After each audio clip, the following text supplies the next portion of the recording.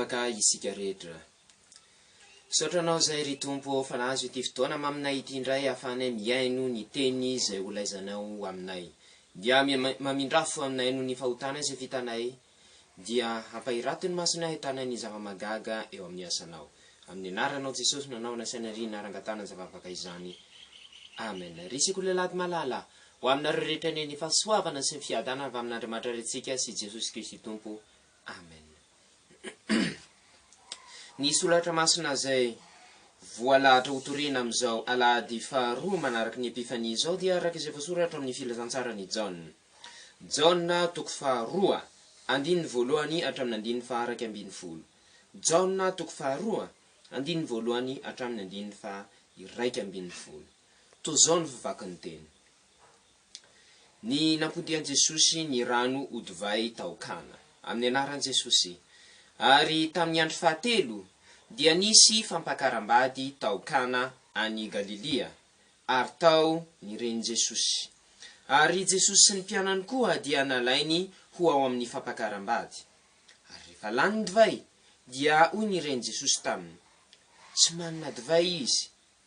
Hoy Jesosy taminy, raha vehivavy, mofa ninona akory izao sianao, tsy mbola tonga ny fotoako.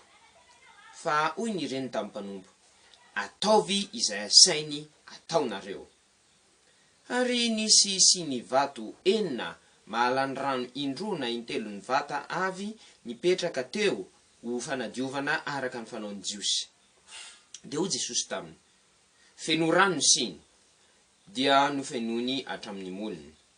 Ary hoy Jesosy taminy, tovozy amin'izao ka ento ho eo amin'ny mpandahatra ny fanasany.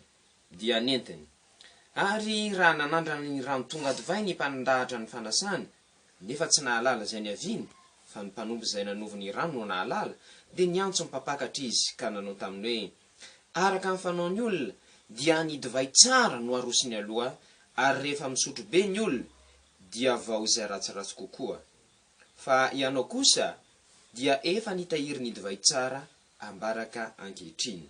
Zany nataon'i Jesosy taokana any Galilea ho voaloham-pamantarana ka nasehony ny voninainy ary nino azy ny mpianany. Amen. Anisan'ny fety izay tena be mpankalaza indrindra ny mariazy. Misy izao mijery raha ny ambanivohitra any ny tsingerin-taona ohatra ny anniversaire tsy dia ankalazainy zareo loatra.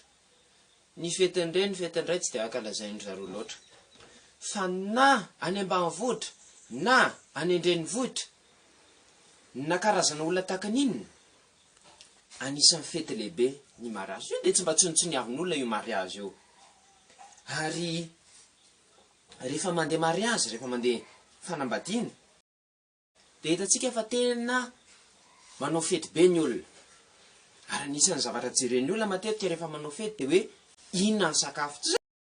Ny antsika ankizy matetika dia zay hoe inona ny laoka ao, aiza natao le mariazy, satria fety be matetika sokajiana olona fotsiny.